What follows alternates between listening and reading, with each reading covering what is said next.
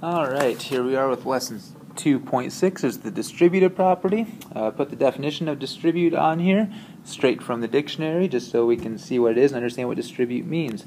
Okay, distribute, usually, we'll use this first one, is to divide and give out shares or to deal something out.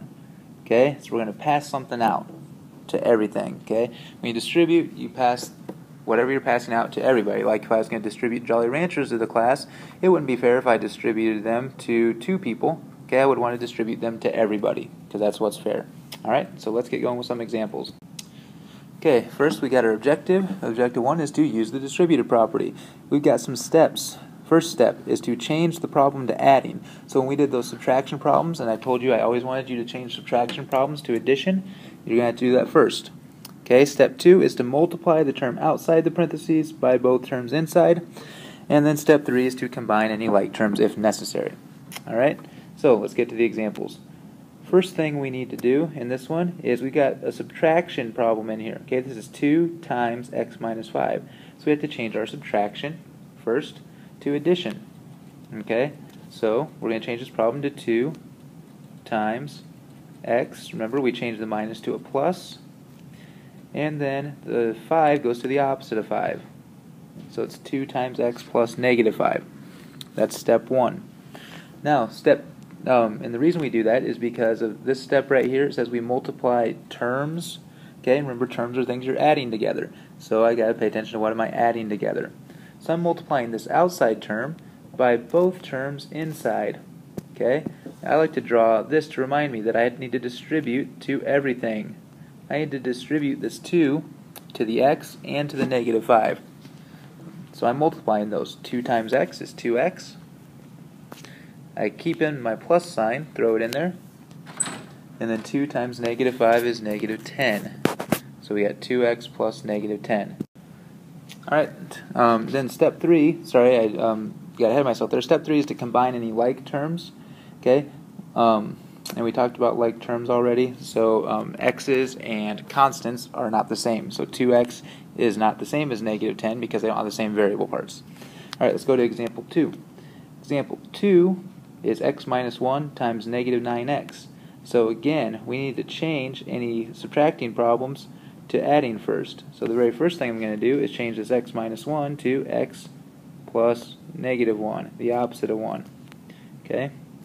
Then this negative 9x stays because it's not a subtraction problem, it's just negative 9x. Now we're going to distribute. Now it says the term outside the parentheses. Okay, when I think about that, I got 2 sets of parentheses here. But what I mean by outside the parentheses is outside the set of parentheses that has the addition problem in it. Okay, so we're going to take this term and distribute it to both terms inside. So I'm going to distribute to both terms inside it. Okay, well, negative 9x times x. Remember, we talked about this with the multiplying. We leave the negative 9 because we multiply the numbers together first. Well, there's negative 9, and then there's no other number with the x. So it's just negative 9. And then we've got 2 x's, so it's times x squared. I keep my plus sign that I had right here, and then I do negative 9x times negative 1. Well, negative 9 times negative 1 is positive 9, and I still got an x that I have to have too. I got 1 x in those. Alright? Now, I'm putting a box here stating I'm done. Okay? Now, I am done because I can't combine any like terms. Why can I not combine like terms? We got x's and x's. But the thing is this is an x squared, and this is an x, okay, just an x. I can't add x squareds to x's, okay, they don't sound the same. They've got different parts to it, alright, they've got different exponent parts. They have to have the exact same parts. Like if you read it, I'm adding x squareds to x's, I can't do that, those are the same. Up here, I can't add x's to 10s, not the same thing. Alright? Okay. Number 3 is probably the trickiest one in the bunch for a lot of us. Okay? This is just the opposite of 6 minus 3x. So again, first step, change the problem to adding. Okay, so I'm going to keep the opposite of, then it's 6 plus negative 3x. Basically, what I'm going to do on this is I'm going to distribute this negative sign to both terms inside. Remember, the negative sign means the opposite. So I just want the opposite of whatever I'm distributing to. Well, I'm distributing the negative sign to 6 first, so I want the opposite of 6. That's negative 6. Then I keep my plus sign. Always keep the plus sign. Then I'm distributing the negative to the negative 3x. So I want the opposite of negative 3x, which is positive 3x. And again, that's done. There's no like terms to combine. Okay? Because when I say this, negative 6 plus 3x, I'm adding 6 to x's. I can't do that. Okay? Let's go on to some more examples. Okay, objective 2 is to simplify expressions by combining like terms. Now, the first 3 examples I gave you, I didn't talk about like terms a little bit. Okay? But we haven't really introduced what it means. You heard me saying some things over and over again. So now we'll go in a little more to what like terms are. Okay, first thing you know is the definition of a coefficient. A coefficient is the number in front of a variable. Okay? So, in this example, the opposite of x plus 3y squared. The coefficient is the number in front of the variable. Well, if you look at the first one, there is no number there. Okay? So I just really have to think to myself, how many x's do I have? Well, there's one of them. Okay? So negative 1 is the coefficient there, because I got a negative 1x. Here, 3 is the coefficient for y squared because I have 3 y squareds. So the coefficient is just telling me how many of the variables I have. Here I've got negative 1 x's. Here I've got 3 y squareds. Okay, so again, that's coefficient. Now we need to talk about like terms. Like terms are terms in an expression that have the same variable raised to the same power. So they've got the same letter and the same exponent. Constant terms are numbers that aren't followed by a variable, so a constant is just a number. Okay, they are also like terms. Alright, so let's look at the example here I gave you. We've got negative x squared, or the opposite of x squared, plus 5x, plus negative 4, plus negative 3x, plus 2. Okay, now I gave you this whole problem as addition problems. Okay, these are all adding. So we've got a term, a term, a term, a term, and a term because they're separated by addition signs. So I don't have to change the problem to adding because it's already done for you.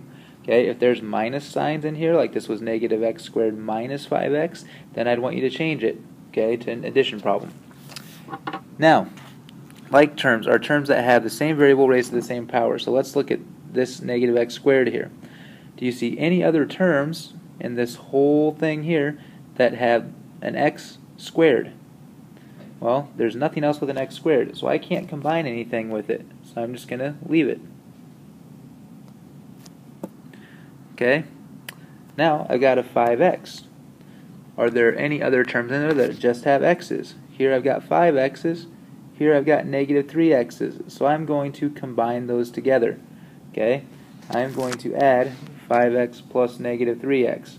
Now I'm going to show this work just so you can see it on your test or your assignment. I wouldn't necessarily need to see this, but I'm going to take 5x plus negative 3x.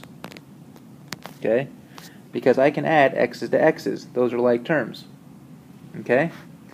Well, negative 4 and 2 are constant terms. They are like terms. I can take negative 4 plus negative 2, so I'm going to end up combining those things too. Okay, I can add negative 4 and 2.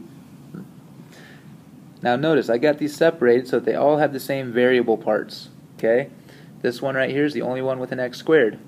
These two are the only ones with x's, and these two are the only ones with no variables. So there's no like terms with this, these are like terms, and these are like terms. Now we just add together everything we can. So I got negative x squared plus 5x plus negative 3x is 2x's. Plus, and negative 4 plus 2 is negative 2. Now again, notice my answer is done because I've got no other like terms here. No terms that have the exact same variable parts. I cannot add x squareds and x's. I can't take x's plus constants. Okay, so I'm done. Let's go on to the next slide. Okay, this one says first apply the distributive property, then simplify by combining like terms. So we're just following those steps we had in the first slide.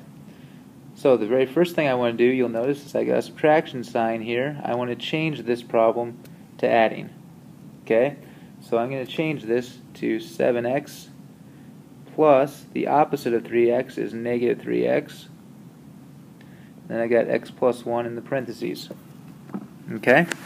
Well, where am I distributing? Okay? Distributing only happens when I've got something outside parentheses that I'm multiplying by something inside parentheses. Okay? And usually these parentheses will have a plus sign in here or a minus sign, and you're always going to change them to a plus. So you know you need to distribute when there's two things in parentheses you're adding together and it's multiplied by something outside. Okay? This over here has nothing to do with distributing. Okay? We're doing nothing with that. So my distributing happens right in here. Alright? Well, I'm doing nothing with this 7x and the plus sign to start. I'm taking negative 3x times x. Again, negative 3 is my coefficient here. This has a coefficient of 1. Negative 3 times 1 is negative 3. And then I got two x's. Keep my plus sign. Negative 3x times 1 is negative 3x. Okay? Now I gotta see if I'm done yet. I have to check for like terms. Are there any terms in this expression, 7x plus negative 3x squared plus negative 3x, that I can combine together? Again, if you read them out loud to yourself, if you say them the exact same way, then you can combine them together. So 7x and negative 3x, those are like terms, okay, because they're both just x. The x squared's right here, that's not the same as x. So I'm going to combine those like terms together. I got 7x Mrs. Showalter, plus, please call the office. Mrs. Showalter, please call the office. sorry about that, apparently Mrs. Showalter needs to call the office. Okay, I got 7x's plus negative 3x's. That is 4x. Okay, 7 plus negative 3 is positive 4. Then I just throw on the rest of this stuff here that I can't combine with anything. Okay, again, I can't add x's and x squareds because I don't say them the same. So I am now done. Alright, and I got one more example for you. Okay, this says to write an expression modeling the perimeter and the area of the whole rectangle. Okay, so I'm going to just write down first what my length and width are, because we know that the perimeter and area involve the length and width. Well, my width is easy, the small side, that's 3. Okay, but some people have a hard time expressing this. Okay, again, some people have a hard time with this side here and expressing it. Well, I'm going x along here and then 2 more. So I'm going x and 2, x plus 2. So my length is x, we don't know what that is, plus 2 more. Okay? So, let's talk perimeter. Perimeter is adding up all the sides. Well, I can take my length once, x plus 2, and then I'm going to add my width, plus 3. Then I'm going to add my other length again, which was x plus 2. And then I'm going to add my width again, plus 3. So here's a length, then we got a width, and then here's a length, and then the width. Now I just got to combine my terms that are alike. Well, I've got some x's that are alike. There's 2 of them, 2 x's. Then I got a bunch of constants. I can add all those constants together. 2 plus 3 is 5, plus 2 is 7, plus 3 is 10. 2x plus 10. Those are not like terms, so that's my perimeter right there, 2x plus 10. To find the area, that's length times width. So I'm going to take x plus 2 times 3. Well, this should look familiar, okay? I need to simplify this. I can't leave this like this. We just learned how you can simplify a problem that looks like this. It's the distributive property. First thing I check is that we got adding here, and we do. So now I distribute the outside term to both inside ones. 3 times x is 3x, plus 3 times 2 is 6. Okay? Now again, really, I forgot we should label these. So perimeter is units, because we don't know what the units are. And then this is 3x plus 6 units squared for the area. Okay? Alright, that's your assignment on your lesson on the distributive property. Go ahead and work on your assignment. Make sure you ask any questions if you have them. Good luck.